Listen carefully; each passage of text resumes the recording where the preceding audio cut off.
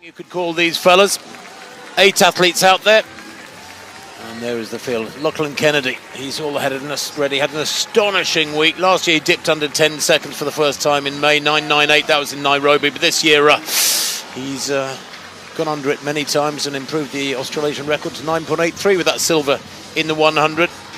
If he had a better lane draw, I'd say he's one of the favourites here. Joseph Amoah, though, in lane 5 for Ghana, was the bronze medalist 4 years ago. Jamaica, well, they have a proud heritage in this, of course. The Games record, or the Commonwealth record, is held by a certain Usain Bolt. 19.19, the Commonwealth record, happens to be the world record as well. The Commonwealth Games record set in Birmingham 4 years ago by Jareem Richards. 19.80. It's a cool evening. I'm not sure it's sub-20 weather this. On the outside there, the Nigerian NCAA champion 3 years back on the Wuzurike. The Ghanaian Amoah, 29 years old now. 3 men in this field have broken 20 seconds. He's not one of them. He's just a very good, consistent racer.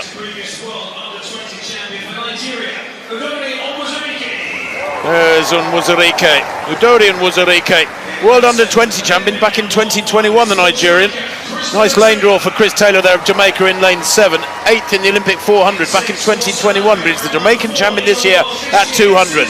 Sinesipho Dambile of South Africa goes in lane 6, 8th in the World Championships last year. There's Amoah, Joseph Amoah, as I said, bronze medalist 4 years ago, Amoah. Good, consistent racer. Born in Greater Accra. His coach Jamie Wilson will be watching with his heart in his mouth. Aaron Brown of Canada, their champion this year. His personal best 7 years ago. 34 years old now, Brown. He's in lane 4. In 3, Javon Powell, the second Jamaican in this one. Second in the Jamaican Championships this season. Salepe, Prince Faisal Salepe of Botswana goes in 2. Can he produce a medal here for the Botswanans? They're a growing force in the sprint world. And Lachlan Kennedy, big roar for him. Well, the Aussies have been running with inspiration this week, and I'm sure that inspiration will have run through the camp almost like a virus. And Lachlan Kennedy is one of those who set it off earlier in the week with that incredible, so close to a gold in the 100 metres with that silver 9.85. He was only 3rd in his semi-final here, though, Kennedy, in a windy 20.12. His lifetime best, 20.26. He might need to run a lifetime best here to get amongst the medals. So the breeze has eased off a little bit. They will have it behind them down the home straight there. Lachlan Kennedy of Australia in 1. Salepe of Botswana in 2. Powell of Jamaica goes in 3. Then Aaron Brown of Canada in 4. Good lane draw for him. Amoah, the bronze medalist 4 years ago, goes in 5 for Ghana. Dambile of South Africa 6. Taylor of Jamaica 7. On Wuzurike of Nigeria on the outside in lane 8 in the green left of picture. Away they go, really good start there from the Canadian Aaron Brown in the red strip. He's clearly visible, very, very little change in the echelon there. Lachlan Kennedy going well from the inside though. The others also got that bend behind them now. It's very, very even, 4 or 5 abreast, but look at the South African Dambile. He storms clear here. It's going to be a big win for him. The silver goes to Wuzurike on the outside, Nigerian, and the Jamaican Taylor there taking the bronze in lane 7. Wow, the fellas in the outside lanes building momentum, or so it looked, over the last 50. But there was no stopping Sinesipho Dambile, a finalist at the World Championships last year. Absolutely fantastic. And the time, 19.96.